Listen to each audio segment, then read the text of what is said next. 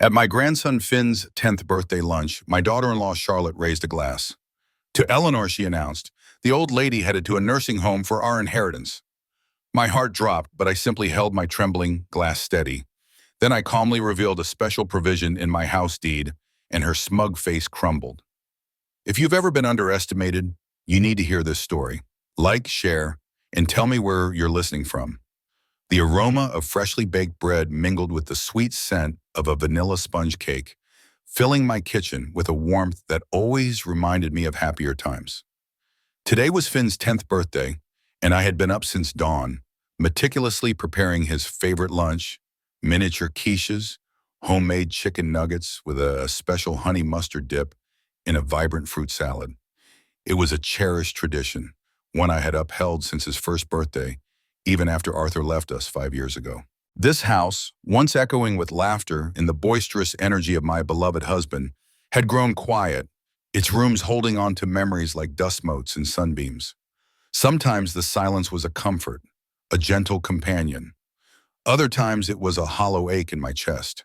But today, the thought of Finn's beaming face pushed the quiet away, replacing it with a quiet determination to make his day special.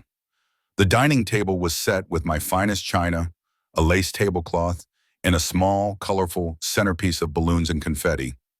Everything was perfect. Daniel, my son, arrived first, his eyes glued to his phone screen as he mumbled a quick greeting. Charlotte, his wife, trailed behind him, her designer handbag slung over her shoulder, already surveying the room with a critical gaze. She didn't offer to help, instead busying herself with arranging the stack of gifts she had brought for Finn, each one wrapped in glossy paper, placed precisely at the head of the table. Finn, my bright-eyed grandson, rushed in, a whirlwind of energy and pure joy. He hugged me tight, his small arms squeezing the breath out of me. "Grandma, it smells amazing." "Did you make everything?" he asked, his eyes wide with anticipation. My heart swelled. This was what it was all about. We gathered around the table, the atmosphere initially a fragile balance between Finn's excitement and Daniel and Charlotte's usual detachment. I tried to engage them, asking Daniel about his work and Charlotte about her latest charity event, but their responses were clipped, their attention elsewhere. Daniel kept glancing at his phone, while Charlotte picked at a stray thread on the tablecloth. I caught her eyes once, and she quickly looked away, a small, knowing smirk playing on her lips. It was a familiar look, one I had seen too often in recent months, especially after a particularly vague phone call she had made a few weeks prior, hinting at future plans. Just as I was about to suggest we start with the quiches, Charlotte clinked her fork sharply against her glass. The sound reverberated in the sudden silence, cutting off whatever gentle words I was about to utter to Finn. All eyes turned to her. She rose slightly from her seat, a triumphant smile plastered across her face, holding a half-full wine glass aloft. "Toast," she announced, her voice a little too loud, a little too saccharine. She looked directly at me, her eyes glinting with an unnerving satisfaction. "To Eleanor," she began, pausing for dramatic effect. "The old lady who will be headed to a nursing home as soon as we get our inheritance." The words hung in the air, thick and suffocating. The joyous clatter of Finn rearranging his plate stopped instantly. The dining room, meticulously prepared and filled with unspoken love, fell into an abysmal silence. Finn, caught between a bite of chicken nugget and wide-eyed confusion, looked first at Charlotte, then at me, his brow furrowed in a question he couldn't articulate. Daniel, who had just taken a sip of water, choked violently, sputtering liquid across the table as he tried to clear his throat. He looked at Charlotte with a mix of shock and something else I couldn't quite decipher. Perhaps a flicker of guilt, quickly extinguished. I felt it like a physical slap across the face, sharp and stinging. The betrayal, the callousness, the sheer audacity of her words delivered on Finn's birthday of all days, in front of him. My hand, holding the delicate stem of my own wine glass, trembled almost imperceptibly. But 65 years of life, a life marked by its own share of joy and profound grief, had taught me how to take a blow. My grip tightened, steadying the glass. A faint, almost imperceptible smile touched my lips, though my heart was hammering against my ribs. "Interesting choice of words, Charlotte," I said, my voice remarkably calm, almost an echo in the stunned silence. I set my glass down precisely on its coaster, my gaze never leaving hers. And an even more interesting timing, though perhaps I should have expected nothing less from you. I reached into the pocket of my apron, pulling out a folded piece of parchment. It was aged, softened by time, but its contents were as clear as day. I unfolded it slowly, deliberately, the faint crinkle of paper the only sound in the room. Charlotte's triumphant smile began to falter, a flicker of unease crossing her features as she watched my movements. You see, I continued, my voice gaining a quiet strength. This house, Arthur and I built it together. Every brick, every beam holds a piece of our life. And when we drew up the deed, we made a very specific provision. I laid the document on the table, carefully smoothing its creases. The house, this home, goes to whoever cares for me until the end. Not based on blood, Charlotte, but on love and care, on compassion and presence. Charlotte's smug expression vanished completely. Her eyes, wide and suddenly desperate, darted from the document to my face. The color drained from her cheeks, leaving her pale and visibly shaken. She stared at the legal jargon, her perfect facade crumbling before my eyes. I leaned forward slightly, my voice dropping to a low, steady tone, devoid of anger but rich with disappointment. What exactly have you done to earn this inheritance, Charlotte? You visited me precisely 4 times in the past year. You forgot my birthday last month. It wasn't you who checked in on me when I had that nasty fall in the garden, was it? No, that was Susan, my neighbor, who brought me groceries and sat with me for hours.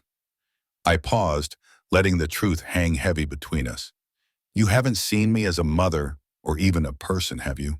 Just a burden, a walking inheritance, a stepping stone to something you believe is yours by right. Her mouth opened, then closed, no sound emerging. Daniel, still spluttering, finally managed to compose himself, but he avoided eye contact, staring at his plate as if it held the answers to the universe. I drew a deep, steadying breath, feeling the warmth of Finn's innocent gaze on me. This was his day, and no one, especially not Charlotte, would ruin it. I forced a smile, turning my attention back to my grandson, who was still observing the strange adult drama with a child's intense curiosity. Now, Finn, I said, my voice light, as if nothing had just transpired. Who's ready for birthday cake? The days immediately following Finn's birthday settled into a strained silence. My phone, usually busy with calls from friends and the occasional video chat with my beloved grandson, remained eerily quiet where Daniel and Charlotte were concerned. Not a single text, not a call, not an awkward apology for Charlotte's blatant display of greed. It wasn't a surprise, not truly. Their silence merely confirmed what I had suspected for a long time. Their interest in me was purely transactional. There was no genuine affection, no concern for my well-being, only an impatient anticipation of an inheritance they believed was theirs by right. A part of me felt a dull ache, a quiet sadness for the son I thought I knew, but a larger part felt a strange sense of relief. The truth, however ugly, was finally out in the open. I could stop pretending, stop making excuses for their indifference. The quiet held for 4 days. Then, on Thursday afternoon, just as I was settling down with a cup of Earl Grey and the latest mystery novel, my phone buzzed. It was Daniel. I hesitated for a moment, then answered. Mom? His voice was hesitant, almost childlike. How are you doing? Everything all right? I'm perfectly fine, Daniel, I replied, keeping my tone even. To what do I owe the pleasure of this call? He fumbled for a moment. Well, Charlotte and I were just thinking. I remember you mentioned that leaky faucet in the guest bathroom. I could pop over and take a look this weekend, fix it up for you. I nearly chuckled. That faucet had been a minor issue months ago, and I had called a plumber to fix it properly. It had been working flawlessly ever since. The fact that he hadn't even bothered to check in enough to know that small detail was telling. That's very thoughtful of you, Daniel, I said, a dry smile playing on my lips. But the faucet was fixed ages ago. I called a professional. A beat of awkward silence followed. Oh, he finally managed. Right, well, Charlotte also found some wonderful vitamins for joint health. She was really concerned about you and thought they might help with your mobility. I nearly rolled my eyes. My mobility was excellent for a woman of 65 who still tended her own garden. It was another transparent effort, another thinly veiled attempt to appear caring. I simply hummed in acknowledgement. "That's very kind of Charlotte," I said, allowing just a hint of sarcasm to creep into my voice. "When are you planning to visit?" He quickly suggested Saturday afternoon, and I agreed, curious to see what their next move would be. Saturday arrived, bringing with it Daniel and Charlotte, laden with their theatrical offerings of concern. Daniel held a generic supermarket casserole, still warm, in one hand, while Charlotte clutched a bouquet of white lilies. My heart sank a little. Lilies. Beautiful, yes, but notoriously strong-scented, and I was mildly allergic, prone to sneezing fits around them. It was a detail Charlotte, if she truly cared, would have remembered. Or perhaps she simply didn't care enough to remember. Daniel also carried a small bag, presumably holding the wonderful vitamins. Charlotte's greeting was overly effusive. She stepped forward, offering a stiff, performative hug that barely connected, her body rigid against mine. Her eyes, instead of meeting mine, darted around the living room, lingering for a moment on my antique mahogany sideboard, a cherished piece that had belonged to my grandmother. A quick assessment, a mental inventory, I imagined. "Eleanor, darling, so wonderful to see you," she chirped, pulling back from the non-hug. "We brought you a casserole and some lovely flowers to brighten the place up. And Daniel has those fantastic vitamins I told him about." I accepted the lilies with a tight smile, already feeling a tickle in my nose. "How thoughtful, Charlotte. Do put them in water." I handed them back to her. "Daniel, darling, before we settle down, would you mind taking a look at the garbage disposal? It's been making the most dreadful gurgling sound." Daniel, eager to demonstrate his utility, nodded immediately. "Of course, Mom. Lead the way." The garbage disposal was, of course, working perfectly. It was a convenient excuse to get him out of the living room, leaving Charlotte alone with me. As soon as Daniel disappeared into the kitchen, a faint clatter of pots following him, Charlotte leaned in conspiratorially, her voice dropping to a low, saccharine tone. "Eleanor, I do hope there are no hard feelings about that silly toast the other day. It was just a bad joke, honestly. I had a bit too much wine. You know how it is." She forced a brittle laugh that didn't reach her eyes. "A bad joke on my grandson's 10th birthday, Charlotte," I stated, my voice devoid of emotion. "And quite a specific one, I thought." Her smile tightened, but she pressed on, undeterred. "Well, yes, but water under the bridge now. I was actually hoping we could talk about your arrangements." Her eyes once again flickered towards my study, the room where I kept my important documents, my desk, my father's old file cabinet. The unspoken question hung heavy in the air. Where was the deed I had mentioned? Where were the legal papers? I met her gaze steadily. "My arrangements are perfectly in order, Charlotte," I assured her, a calm resolve in my voice. "My lawyer, Beatrice, has everything meticulously documented. She specializes in elder law, you know. Very thorough." The mention of a lawyer, especially one specializing in elder law, seemed to deflate Charlotte slightly. Her practiced smile faltered, stretching thin at the corners. Before she could compose herself for another attempt, Daniel's voice boomed from the kitchen. "Mom, I don't hear any gurgling. Seems fine to me." The interruption, whether coincidental or not, was a welcome one. Charlotte's shoulders slumped almost imperceptibly as Daniel re-entered the living room, wiping his hands on a dish towel. This visit set a new pattern for the next few weeks. The strained silence of the initial days was replaced by a flurry of transparent efforts. My phone started ringing more frequently, usually with Charlotte on the other end, her voice dripping with artificial sweetness, asking if I needed anything or how my joints were feeling after taking her wonderful vitamins. Visits followed, always accompanied by some token gift, more flowers, though thankfully not lilies again, a store-bought dessert, or a trinket she'd picked up.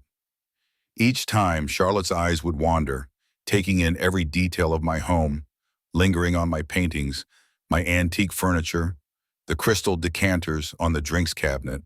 Her scrutiny was almost palpable, a silent inventory being taken. Then one afternoon, the pretense truly cracked. I had gone out to the grocery store, a usual Friday ritual, but realized I had forgotten my reusable bags. Annoyed with myself, I turned the car around and headed back, expecting to be gone for no more than 15 minutes. As I let myself in through the front door, the house felt unusually quiet, yet somehow disturbed. I walked through the living room, my gaze falling on the closed door of my study. It was usually slightly ajar. Now it was firmly shut. A prickle of unease ran down my spine. I pushed open the door. There she was. Charlotte, standing by my father's old file cabinet, her back to me, one of the drawers, the very one where I kept my personal legal documents, partially open. She froze, her hand still resting on the metal handle. I simply stood there watching her, saying nothing. Charlotte spun around, her face instantly flushing crimson. Her eyes darted from me to the open drawer, then back to me, a desperate panic flashing in them. With a clumsy jerk, she quickly closed the drawer, the metal clanging softly. "Eleanor," she gasped, her voice unnaturally high. "You're back early. I was just looking for a pen, to leave you a note. A little thank you note for letting us visit, you know." She gestured vaguely towards my desk, where a perfectly good pen lay beside a notepad. The lie hung between us, thin and brittle, shattering the last vestiges of any illusion I might have harbored about her intentions. The lingering scent of Charlotte's expensive perfume still hung faintly in my study as I closed the door. My heart heavy with a profound sense of disappointment and a growing resolve. Her blatant attempt to snoop through my personal documents was a bridge too far. That night, after a quiet dinner and a futile attempt to read, I reached for the phone and dialed a familiar number. "Beatrice?" I began, my voice a little tighter than usual. "It's Eleanor. I need to talk to you about, well, everything." I recounted the events of the past few weeks, from Charlotte's shocking birthday toast to her transparent attempts at feigned concern, culminating in the incident in my study that afternoon. Beatrice listened patiently, her calm demeanor a comforting presence even over the phone. When I finished, there was a brief pause. "Eleanor," Beatrice said, her voice gentle yet firm, "your revelation about the house deed at Finn's birthday was a significant moment. It made them realize they can't take your assets for granted. They thought they had a clear path to an inheritance, but you introduced a condition. Now they're trying to position themselves as your caregivers to fulfill that condition." "But it's so transparent, Beatrice," I protested, a wave of frustration washing over me. "Charlotte can barely hide her contempt for me. Her fake smiles, the wonderful vitamins that I don't need, the flowers she knows I'm allergic to, and now going through my files? It's insulting." Beatrice hummed softly. "I understand your frustration, Eleanor, but perhaps this is an opportunity. Maybe it's time to see who truly cares about you, not just what you can give them. It's a chance to clarify who really belongs in your life and who is simply there for what they can gain." Her words resonated deeply. I thought of Susan, my next-door neighbor. She wasn't family by blood, but she had been more of a presence in my life than Daniel or Charlotte in recent years. When I had come down with pneumonia last winter, it was Susan who had brought me homemade chicken soup, checked on me daily, and collected my mail. She remembered my birthday without needing a reminder, bringing over a small pot of my favorite hydrangeas. Her kindness was quiet, consistent, and utterly without expectation. Unlike Charlotte, Susan never seemed to be taking inventory of my possessions. A plan began to form in my mind, a test of sorts. It felt a little theatrical, perhaps even dramatic, but I needed clarity. I needed to see, unequivocally, who would show up. The next morning, a Saturday, I set my plan in motion. I sent a text message to Daniel, Charlotte, and even Finn, explaining in simple terms that I would be out of contact for a little while, but not to worry. Then, I added Susan's number to a new group message. I needed to make sure no one would think I was simply ignoring their calls. After I finished my breakfast and a cup of tea, I deliberately pushed aside my living room coffee table, creating an open space. With a deep breath, I slowly, carefully lowered myself to the polished hardwood floor. It was a bit of a theatrical gesture, but it felt necessary. Once I was down, I let out a rather convincing cry, "Help! I've fallen! I can't get up!" My voice echoed a little in the quiet house. I pulled out my phone and quickly left urgent voicemails for Daniel and Charlotte, making sure to sound genuinely distressed. "Daniel, Charlotte, it's Mom. I've had a fall. I'm on the floor, and I can't seem to get up. Please, I need help." I even left a message for Finn, though I knew he was at a friend's house, a small pang of guilt for involving him. I waited and waited. 10 minutes passed. 15. Nothing. No frantic callback, no rushed arrival, just the oppressive silence of my empty house. The disappointment wasn't a shock, but a dull ache. Finally, after nearly 20 minutes, I took a deep breath and dialed Susan's number. This time, I put a touch more feigned weakness into my voice. "Susan?" I whispered. "It's Eleanor. I've had a bit of a fall. I can't seem to get up. I really need some help." The phone barely finished ringing before Susan answered. "Eleanor, are you all right? Where are you hurting?" Her voice was laced with immediate concern, no hesitation. "I'm in the living room," I managed, trying to sound a little breathless. "My back, I just can't move." "Stay right there, I'm coming," she exclaimed. I heard the distinct jangle of her keys, the thud of her front door closing across the street, and then, less than 2 minutes later, the unmistakable sound of my own front door bursting open. Susan rushed into the living room, still wearing her gardening gloves, her hair a bit disheveled, her face etched with genuine worry. She knelt beside me instantly. "Eleanor, my goodness, are you hurt? Where? Can you move anything?" Her immediate, unreserved concern was overwhelming. It was real. It was pure. Looking at her anxious face, I felt a wave of shame for my deception, but also an incredible warmth spreading through my chest. "Susan," I confessed, a small, watery smile breaking through, "I'm not actually hurt. I was testing something, or someone, rather." She paused, her brow furrowing slightly, but then a flicker of understanding crossed her features. She sat back on her heels, pulling off her gardening gloves. "Ah," she said, her lips thinning. "I see."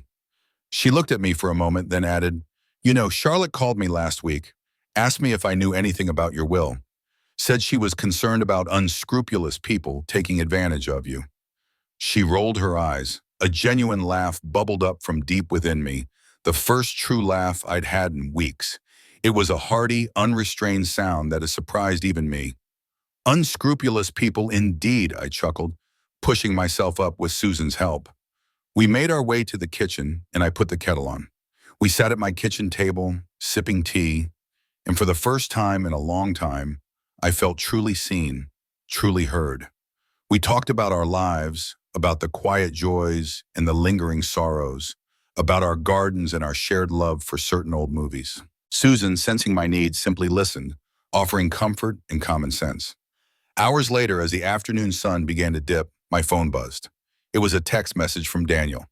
"Mom, just saw your message. Everything okay?" It was perfunctory, devoid of real urgency, sent long after the crisis, real or imagined, had passed. It wasn't a phone call, not even a detailed text, just a quick check. I looked at the message, then at Susan, who was quietly watching me. Her presence, her immediate response, her genuine worry spoke volumes that Daniel's delayed text never could. "Family isn't always who we're born to, Susan," I said, my voice soft but resolute. "Sometimes family is who shows up when you call. Who shows up, without question, without expectation, and without taking inventory of your belongings." That evening, as Susan finally headed home, I knew exactly what I needed to do. My will, my definition of family, was about to be rewritten. Monday morning brought an unwelcome but anticipated symphony of insistent pounding on my front door. I recognized the rhythm immediately, urgent, demanding, full of manufactured concern. It could only be Daniel and Charlotte. I took a deep breath, adjusted the collar of my cardigan, and opened the door, a serene expression fixed on my face. Daniel stood on the porch, his face a mixture of feigned anxiety and barely suppressed annoyance. Charlotte hovered behind him, her arms crossed, her eyes already scanning my interior. "Mom, open up. Why didn't you answer my text?" Daniel exclaimed, stepping inside without an invitation. "I was worried sick. I saw your message about falling, but then you just disappeared." I raised an eyebrow. "Disappeared? Daniel, you sent that text almost 24 hours after my message. If I had truly fallen and couldn't get up, I'd be in the hospital, or worse by now. And no, I didn't disappear. I had company." Charlotte, whose eyes had already darted to the kitchen counter, pointed a perfectly manicured finger at a freshly washed teacup drying on a dish towel. You had company? She asked, her voice sharp, instantly suspicious. Indeed, I replied calmly, walking further into the living room, inviting them to follow. When I called for help, Susan was here within 2 minutes. She practically burst through the door, still wearing her gardening gloves. She made sure I was comfortable, brewed me a cup of tea, and stayed with me for hours. I paused, letting the silence hang heavy. It was a stark contrast to your 3-hour delayed text, Daniel. Daniel shifted uncomfortably, his eyes flicking to Charlotte, who looked visibly put out. She quickly interjected, stepping forward with an exasperated sigh. Eleanor, please. We've been under a lot of stress lately. You know, financial pressures. The market has been so unpredictable. We might even have to sell the lake house. Can you believe it? Her tone was defensive, a thinly veiled attempt to justify their neglect and garner sympathy. I offered a superficial nod of sympathy for the lake house, the one they had bought against my advice, straining their finances from the start. Oh, that's a shame, Charlotte. I remember telling Daniel that perhaps a smaller cottage would be more manageable, but you both had your hearts set on it. My tone was neutral, offering no real comfort. Charlotte's forced smile tightened, but she quickly regrouped, her voice softening, becoming cloyingly sweet. Well, that's precisely why we're here, dear. Living alone at your age can be so dangerous. You're always so independent, but what if something really did happen? We've been talking, and Daniel had a brilliant idea. What if we converted your spacious basement into a lovely, self-contained apartment for you? It would be so convenient. Then you could sell this place. I felt a cold prickle of realization. My place, this house, was worth over $400,000, a significant asset they had been salivating over. Their offer wasn't about my safety or comfort, but about liquidating my home to shore up their own financial woes. It was a transparent, self-serving proposition disguised as concern. They wanted my house, and they wanted it now. That's an interesting proposition, Charlotte, I said, my voice unwavering. But no, thank you. I'm quite happy here. This house holds too many memories, too much of Arthur for me to even consider selling it. And my basement, as you know, is perfectly fine as storage. I enjoy my independence, and as Saturday proved, I have wonderful neighbors who look out for me. Daniel, who had been quiet, finally spoke up, a flicker of genuine worry in his eyes. Mom, but your isolation, it concerns me. You need more social interaction, more family around. I met his gaze, my resolve hardening. Don't worry about my social life, Daniel. It's about to get a lot more interesting, actually. I'm considering taking in a boarder. My friend Doris from the garden club mentioned she knows a lovely nursing student who's looking for affordable housing, someone quiet and studious who could use an extra room. The effect on Charlotte was immediate and explosive. Her face, already flushed, turned a deeper shade of crimson. Absolutely not, she practically shrieked, her carefully constructed facade shattering. A stranger? Living in your house? Having access to everything? Eleanor, that's completely out of the question. It's irresponsible, dangerous. Her outburst, so devoid of concern for my well-being and so clearly focused on the perceived threat to her inheritance, solidified everything I had come to understand. Daniel, however, didn't join in her tirade. He looked at me, his head tilted slightly, his expression perplexed. He seemed to sense a shift in me, a newfound steel in my gaze that had replaced the gentle deference he was accustomed to. Mom, he said, his voice softer, more hesitant. Is everything okay? You seem different. I am different, Daniel, I admitted, a quiet strength infusing my words. I've realized a few things lately about what truly matters and who truly matters. Charlotte, flustered and seemingly at a loss for how to regain control of the conversation, quickly grabbed Daniel's arm. Darling, we really must go. We're late for that investment meeting. Eleanor, we'll talk about this later. You clearly haven't thought this through. She practically dragged him out of the house, her retreating figure a whirlwind of frustrated indignation.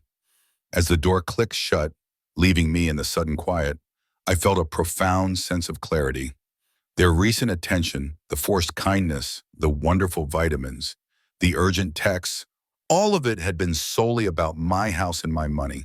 The thought was painful, especially concerning my own son, but it was undeniably true. Yet a small part of me lingered on Daniel's brief moment of what seemed like genuine concern, the way he had looked at me, sensing a change. And I thought of Finn, my sweet, innocent grandson. He was a good boy, untainted by his parents' greed, and I knew I wanted him to understand the true meaning of family. I walked into my study, the very room Charlotte had tried to infiltrate, and pulled out the file cabinet drawer. This time it was I who opened it, carefully removing my financial documents. The time for deliberation was over. It was time to act. I picked up the phone knowing precisely who to call.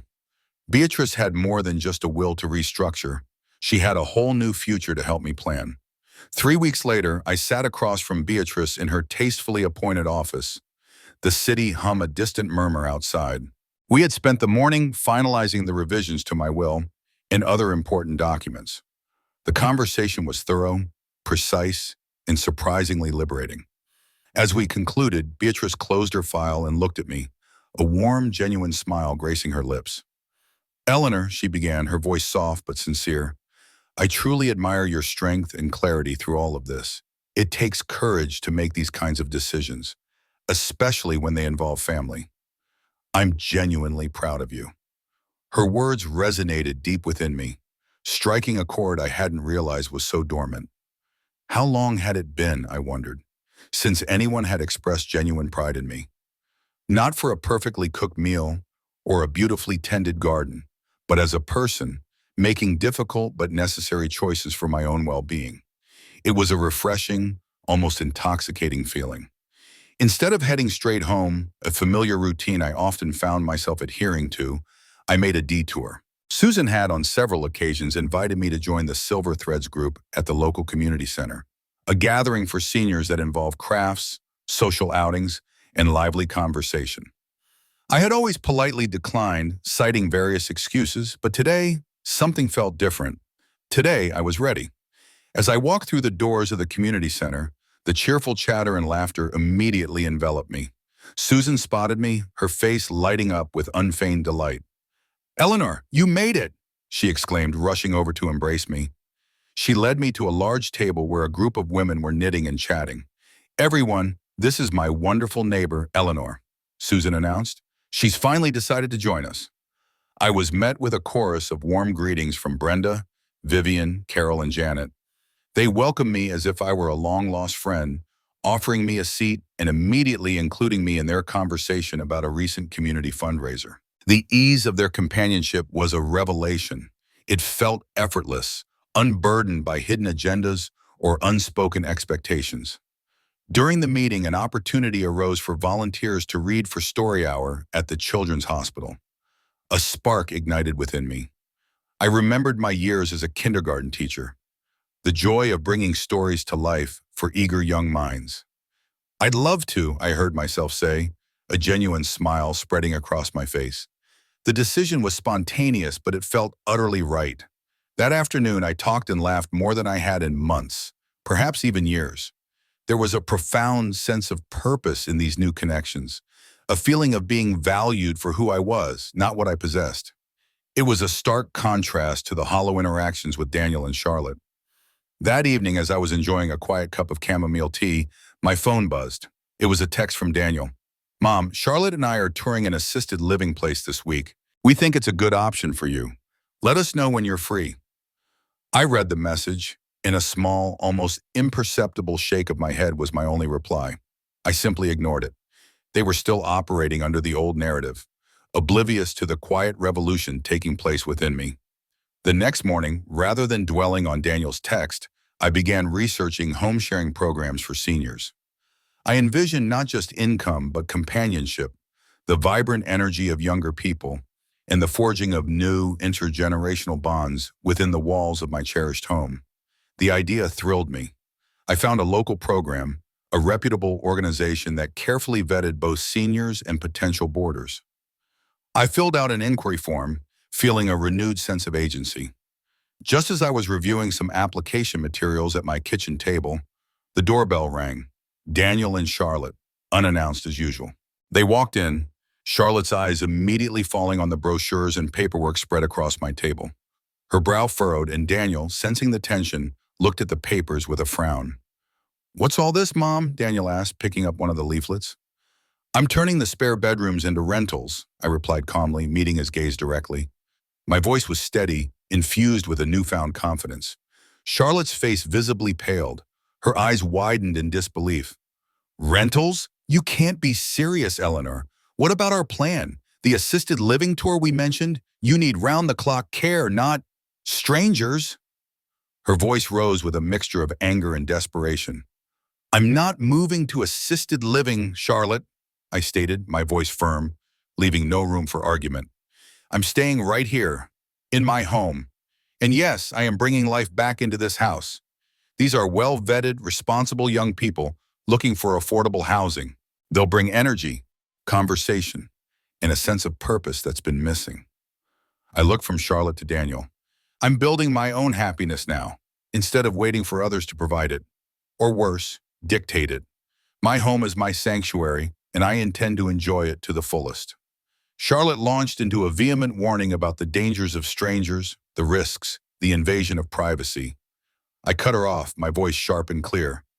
"Charlotte, I'm far more concerned about the people who tried to convince me to sell my most valuable asset under the guise of concern than I am about a vetted student who needs a quiet place to study." Daniel flinched at my words.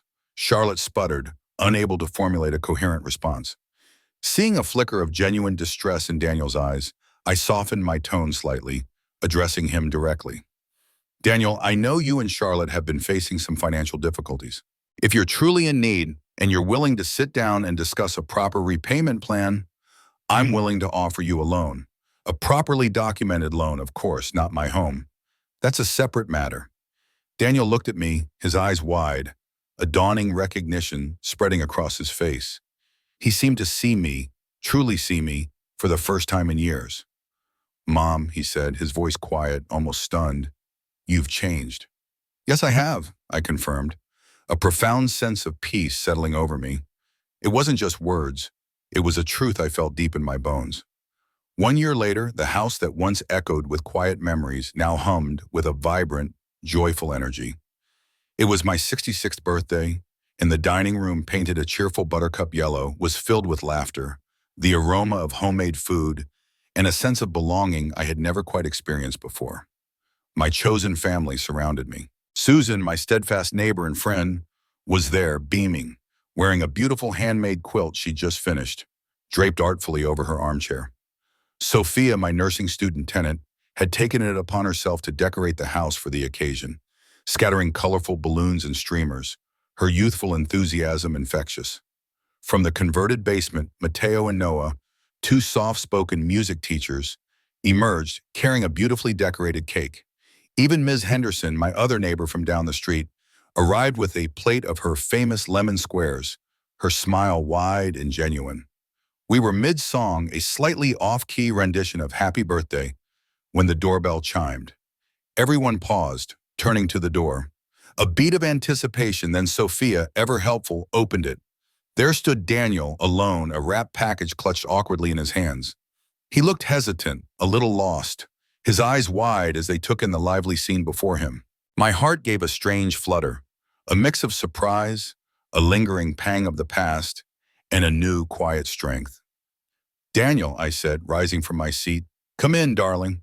He stepped inside, his gaze sweeping over the newly painted walls, the rearranged furniture, the photos now mixed in with images of Sophia volunteering, Mateo and Noah performing, and Susan and me at the Silver Threads group picnic. These weren't the beige, predictable walls of the house he remembered. This was a home, breathing with new life. "You've done a lot with the place, Mom," he commented, his voice a little strained. I smiled. Life is too short for beige walls, Daniel, and too important for a beige life. In the dining room, the chatter had resumed, but everyone's eyes were on Daniel, a new face in our comfortable circle. I introduced him, my hand resting gently on his arm. "Everyone, this is my son, Daniel." He murmured greetings, clearly overwhelmed by the easy camaraderie and genuine affection that filled the table. He watched as Sophia teased Mateo about his singing, as Susan offered Ms. Henderson another slice of cake, as Noah quietly complimented my choice of wall color. This wasn't the strained silence he was used to. This was a family. My family now, I realized, looking at him. And in that moment, I let the truth settle in the air. This is my family now, I told him, simply, softly. After we finished the cake and coffee, Daniel asked if we could speak privately for a moment. We moved to the front porch, the cool evening air a stark contrast to the warmth inside. He took a deep breath, clutching the small package he still held.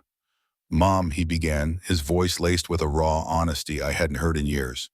"I owe you an apology for everything, for how I've acted, for letting Charlotte dictate how we treated you." He looked at the floor, then up at me, his eyes filled with a sadness that touched me. "We're separating, Mom. Have been for 3 months now. It's been difficult." A complex mix of emotions swirled within me. Surprise, a touch of sadness for the dissolution of his marriage, and a quiet validation of what I had seen all along. "Oh, Daniel," I said genuinely, my voice softer than I intended. "I'm truly sorry to hear that.